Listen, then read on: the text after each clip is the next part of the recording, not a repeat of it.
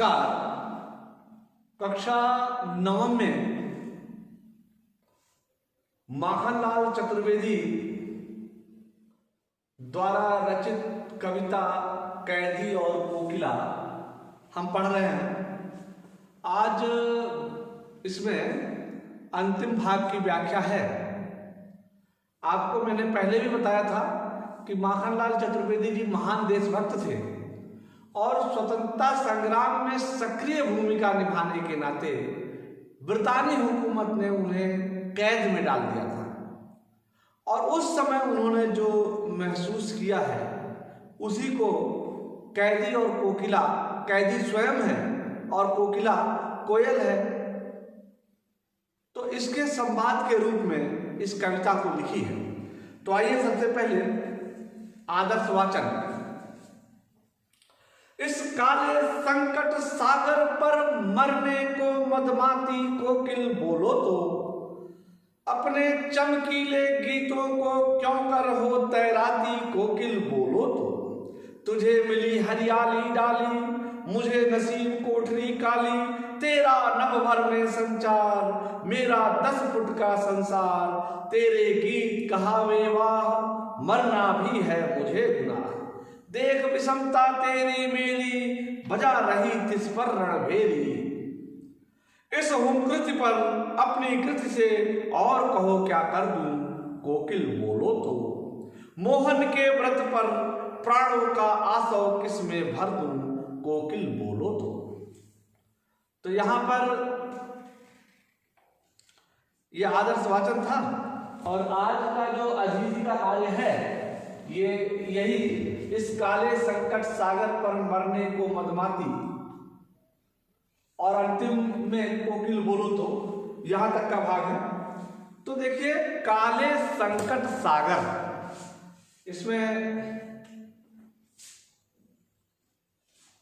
एक तो संकट को सागर कह दिया है, संकट को क्या कह दिया सागर, तो इस नाते यहां पर उपमेय और उपमान, उपमेय मतलब जिसकी तुलना की जाए, उपमान दोनों को एक कर दिया है और इस कारण से यहां पर रूपक अलंकार हुआ। और संकट शब्द के सामने जो काला विशेषण है, ये काला विशेषण है, प्रतीकात्मक है। इसका प्रतीकार्थ हुआ अत्याचारी।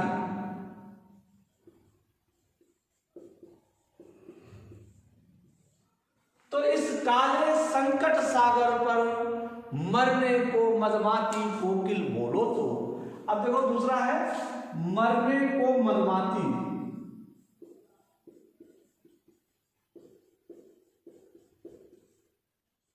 अब यहां मरने को आतुर, कवि कहता है कि वो सागर को पार पाना वैसे भी बहुत कठिन है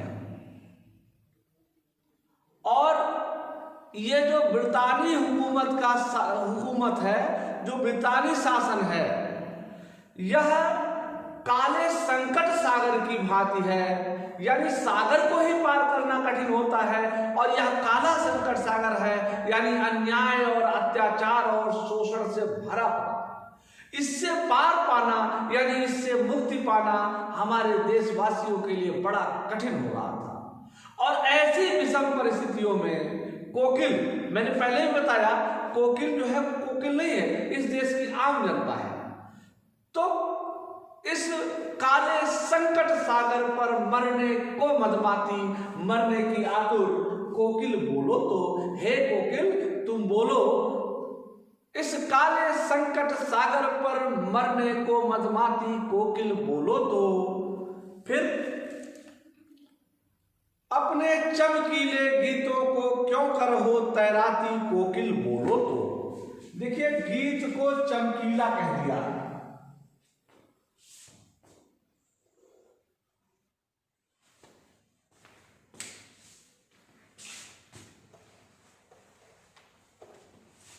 अपने चमकीले गीतों को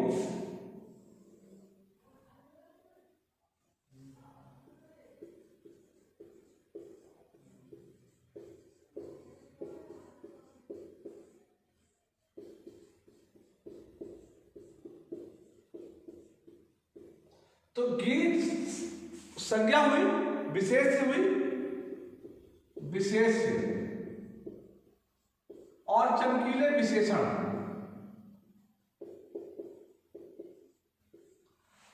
कवि माखनलाल चतुर्वेदी जी कहते हैं, तुम अपनी चमकीली यानी सुंदर क्रांति से भरी हुई इस गीत को वातावरण में क्यों तैरा रही हो? कोकिल बोलो तो, हे कोकिल मुझे भी बताओ। अब क्यों कर हो तैराती में प्रश्न अलंकार है। क्यों कर हो तैराती,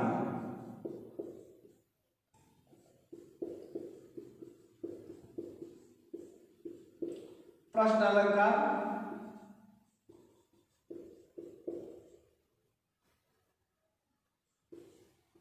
और क्यों होकर में अनुप्रास भी है। तो अपने चमकीले गीतों को क्यों कर हो तैराती, कोकिल बोलो तो, हे कोकिल मुझे भी बताओ। तुझे मिली हरियाली डाली, मुझे नसीब कोठरी काली, तेरा नभ भर में संचार, मेरा 10 फुट का संसार, तेरे गीत कहावे वाह, मरना रोना भी है मुझे गुनाह, देख विषमता तेरी मेरी, बजा रही तिस पर रणभेरी। अब यहां पर कवि को कोकिल से ईर्ष्या हो रही है। क्यों? क्योंकि कोकिल हरे हरी डालियों पर बैठती है, घूमती है, उड़ती है। और अगर हम कोकिल का प्रतीकार्थ लें तो आम आदमी वो भी चारों तरफ घूम सकता है। तो कवि कहता है, हे कोकिल तू बड़ी भाग्यशाली है। क्यों? क्योंकि तुझे मिली हरियाली डाली। अब ये देखिए, हरियाली डाली,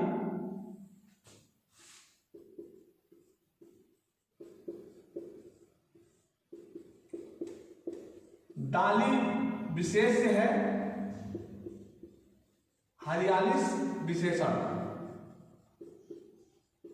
हे कोकिल तुझे हरी भरी डाली तेरे नसीब में है, तो बहुत भाग्यशाली है।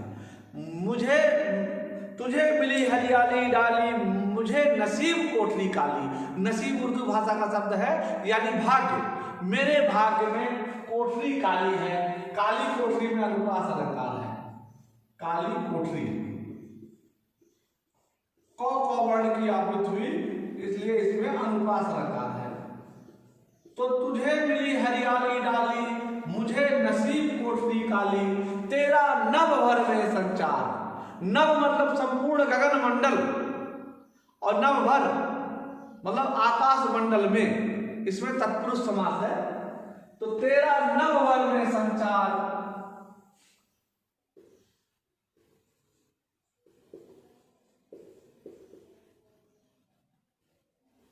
तत्पुरुष समास।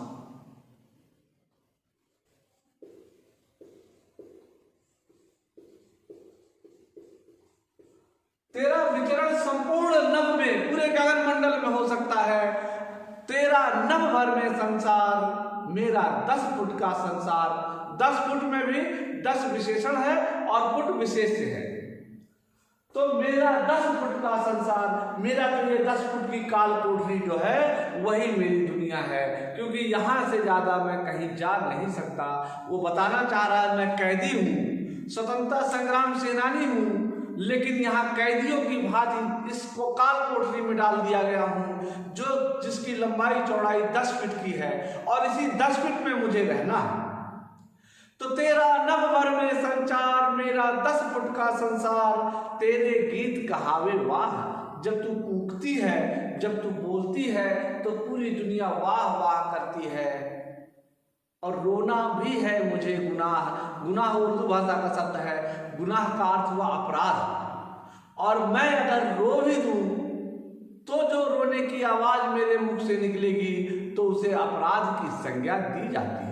इस प्रकार से कवि यह बताना चाहता है कि ब्रितानी हुकूमत कितने शोषण और अत्याचार और अन्यायी शासकों की हुकूमत थी, जहां स्वतंत्रता संग्राम सेनानी जैसे राजनीतिक बंदियों के साथ इस तरह की क्रूरता की जाती थी।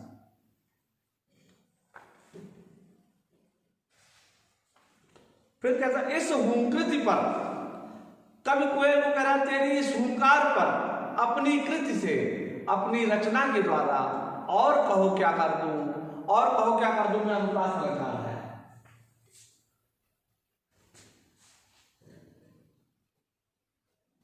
और कहो क्या कर दूं, कहो क्या में अनुप्रास है, और कहो क्या कर दूं।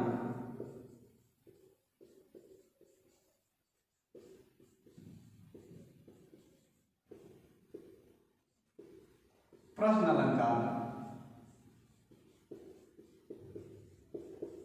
हे कोकिल तुम मुझे बताओ कि तुम्हारे इस हुंकार पे जो तुम हूंक रही हो, सारे देश में क्रांति की जो विचारधारा फैलाने का प्रयास कर रही हो, इसमें मैं अपनी रचनाओं के द्वारा, अपनी कृति के द्वारा और क्या कर सकता हूं।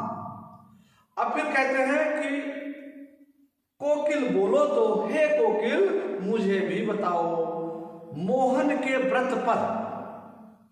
अब ये देखो मोहन कौन है, मोहन यानी कि मोहनदास करमचंद गांधी, मोहन यानी कि मोहनदास करमचंद गांधी।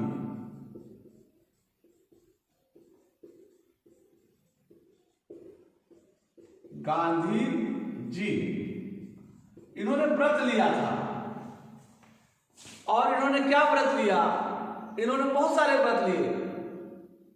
सत्याग्रह किया, सत्याग्रह का व्रत लिया, अंग्रेजों भारत छोड़ो, करो या मरो, ऐसे जो गांधी जी ने व्रत लिया था उस व्रत पर और कहो क्या कर दूं, हे कोकिल मुझे भी बताओ मैं और क्या कर सकता हूं, अपने प्राणों का आसव किस में भर दूं।